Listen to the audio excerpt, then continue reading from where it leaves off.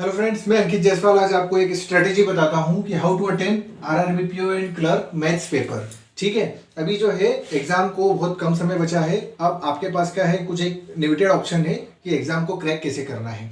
उसके लिए मैं आपको एक बहुत अच्छा तरीका बताऊंगा। सबसे पहले क्या है, आपके एग्जाम के पॉइंट ऑफ व्यू से स्ट्रेटेजी होना चाहिए कि आपको एग्जाम में पेपर कैसे अटेम्प्ट करना है, उस हिसाब से बचे हुए दिनों में आपको तैयारी करना है। ठीक है, अब आपको ऐसे ही बिल्कुल बस प्रैक्टिस के हिसाब से तैयारी नहीं करनी है। अब हमें एग्जाम पास करना है, उसके हिसाब से हमें तैयारी करनी है। तो वीडियो को पूरा देखें, आपको पूरी जानकारी दूंगा मैं कि मैथ्स का पेपर कैसे अटेम्प्ट करना है।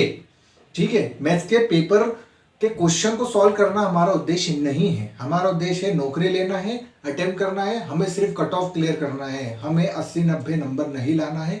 तो पहली बात तो आप उस तरीके को बचें कि भैया अब हम क्वेश्चन को सीखेंगे, कुछ करेंगे नहीं, वो समय अब जा चुका है। ठीक है, वो सीखने का समय जो था वो मेंस के लिए वो अब जा चुका है। ठीक है, अब आपको पेपर अटेम्प्ट करने का समय आ चुका है कि किस टाइप से आपको पेपर अटेम्प्ट करना है, क्या करना है, कौन कौन सी चीज़ों को पहले सॉल्व करना है, कौन सी चीज़ों को छोड़ना है, कौन सी चीज़ों को बाद में सॉल्व करना है। ठीक है, तो पूरी जानकारी जो है मैं आपको पेपर में इस वीडियो में पूरी जानकारी दूंगा, जिससे कि आप ज़्यादा से ज़्यादा मैक्सिमम मार्क्स ला सके और कट ऑफ को क्लियर कर सके। ठीक है, तो आज जो है सबसे पहले हमको क्या है, पहले तो आप अपनी जो स्ट्रेटेजी है एग्जाम को पेपर में अटेम्प्ट करने की, उसको अभी से तैयारी करें। कैसे? अभी से आप जो है पेपर में टेस्ट सीरीज लगाना शुरू कर दे। अभी से आप जो है वो टेस्ट सीरीज लगाना शुरू कर दे, ज्यादा से ज्यादा टेस्ट दे, बजाय कुछ नया सीखने के ज्यादा से ज्यादा टेस्ट दे। टेस्ट सीरीज जितना याद देंगे, जितना ज्यादा प्रैक्टिस करेंगे और जितना ज्यादा, अभी जैसे आपके पास एक लिमिटेड ऑप्शन है तो टेस्ट सीरीज दो, और सबसे ज्यादा क्या करो, जो सिंप्लीफिकेशन है वो मैक्सिमम मार्क्स देने वाला है। सिंप्लीफिकेशन के मैक्सिमम क्वेश्चन करो और उसे 20 से 15 सेकेंड में करने की कोशिश करो। उसके लिए आपको क्या करना पड़ेगा, उसके लिए आपको, ये समय जा चुका है, उसके लिए क्या करने का समय था, पहले आपको सारे 30 नहीं तो 25 तक सारे टेबल्स जो है वो याद होना चाहिए था। 25 तक की टेबल आपको याद होनी चाहिए थी, 50 तक के आपको स्क्वायर याद होना चाहिए था और 20 तक के आपको क्यूब याद होना चाहिए। अगर ये चीजें आपको याद है, और दूसरी चीज वो जो फंडे वाली चीजें कि 25% इज इक्वल टू 1/4, ये सब आपके दिमाग में होना चाहिए।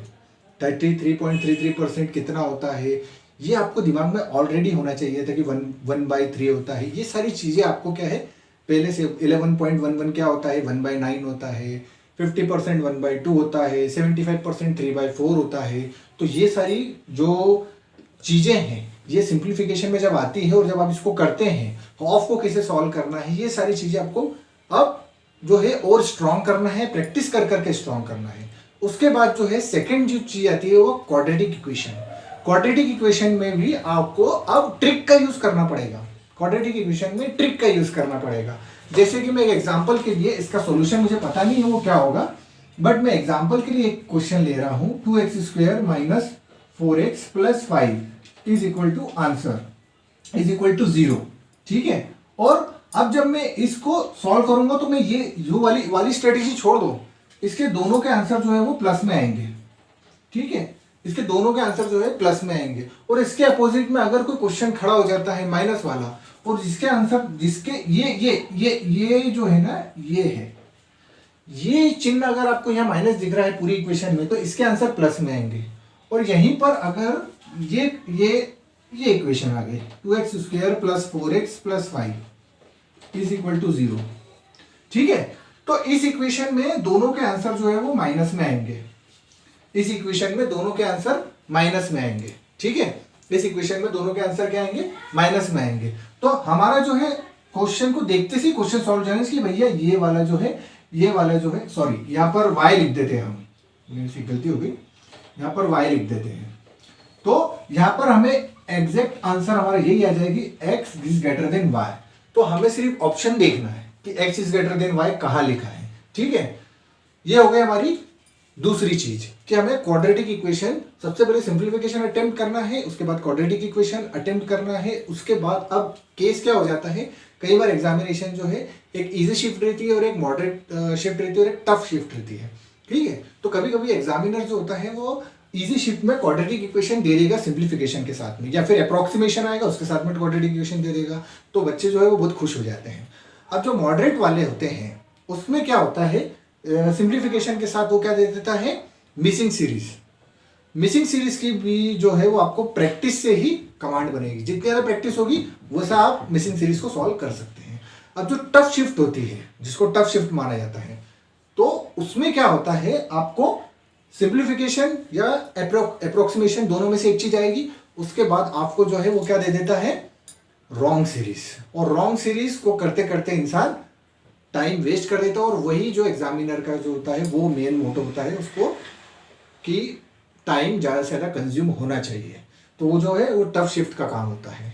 ठीक है, तो आपको सारी शिफ्ट के हिसाब से तैयारी करनी है, सबकी ज़्यादा से ज़्यादा प्रैक्टिस करनी है।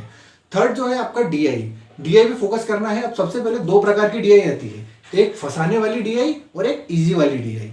कुछ डीआई जो है वो टेबल में आ जाएगी, या कुछ डीआई जो है वो ग्राफ में आएगी। तो जो टेबल में आएगी डीआई वो दिखने में सिंपल रहेगी, लेकिन उसके क्वेश्चन जो होंगे वो ट्रिकी रहेंगे। और जो ग्राफ, लाइन ग्राफ वाला रहेगा, वो दिखने में थोड़ा टफ रहेगा, बट क्या है, उसके क्वेश्चन जो है वो इजी रहेंगे, क्योंकि विजिबिलिटी वहाँ थोड़ी सी जब हम मॉनिटर पे देखते हैं, स्क्रीन पे जब क्वेश्चन देखते हैं, तो विजिबिलिटी के कारण हम जो है उस क्वेश्चन को क्या है, कई बार क्वेश्चन को रॉन्ग हो जाता है। 200 की जगह 300 आ जाता है, 200 की जगह 250। जैसे नंबर ऑफ पीपल हमें देखने हैं कि ए सिटी में नंबर ऑफ पीपल 200 है ना, तो हम क्या है वो लाइन ग्राफ में वो चीज़ को 250 देख लेते हैं, या 225 उसको देख लेते हैं, जिस भी डिवीजन में वो डिवाइड रहता है ग्राफ। तो उस हिसाब से वो वहाँ पर गलती हो जाती है, वहाँ पर जो है चांसेस होते हैं कि गलती ज़्यादा होगी। तो वो दिखने में थोड़ा टफ रहता है, बट उसको हमें विजिबिलिटी हमारे को बिल्कुल अच्छे से ध्यान रखना है। फिर थर्ड जो है आपको अर्थमेटिक पे जाना है। अर्थमेटिक में क्या करना है, सबसे पहले वो क्वेश्चन उठाने हैं जो हमें रीडिंग करना है, और जो क्वेश्चन हमको इजी लग रहे हैं कि हाँ हम उससे पूरे कॉन्फिडेंट हैं, तो वो करना है। उसके बाद फिर ऐसा लगता है कि यार नहीं, हाँ किसी भी क्वेश्चन को दिल पे मत लेना कि यार ये क्वेश्चन मैंने करा हुआ है, मैं तो पूरी तैयारी करके आया हूँ, पर अब ये हो क्यों नहीं रहा है। जहाँ आपने क्वेश्चन को दिल पे ले लिया कि यार ये हो क्यों नहीं रहा है, तो वहाँ पर आप फंस जाओगे और टाइम खत्म हो जाएगा, और आपकी जो तैयारी वो धरी की धरी रह जाएगी। और जो व्यक्ति, मतलब जिसने ज़्यादा तैयारी नहीं करी थी, एवरेज बच्चा था, और उसने दिमाग से, स्ट्रेटेजी से काम ले लिया, और वो उस बच्चा उस एग्जाम को क्लियर कर जाएगा।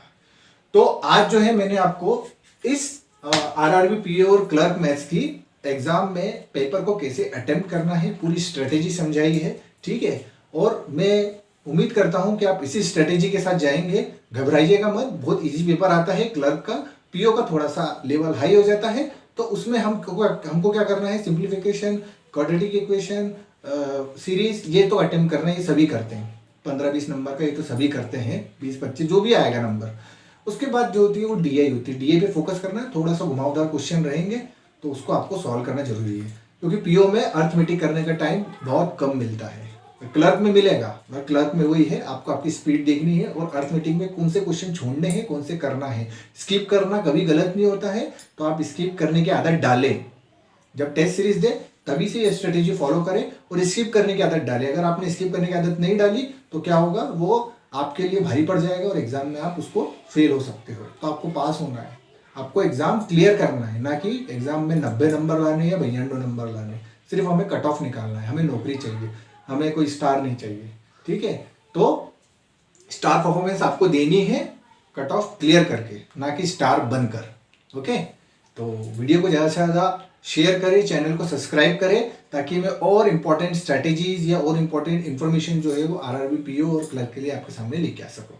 तो लाइक करें, शेयर करें, सब्सक्राइब करें। Thank you.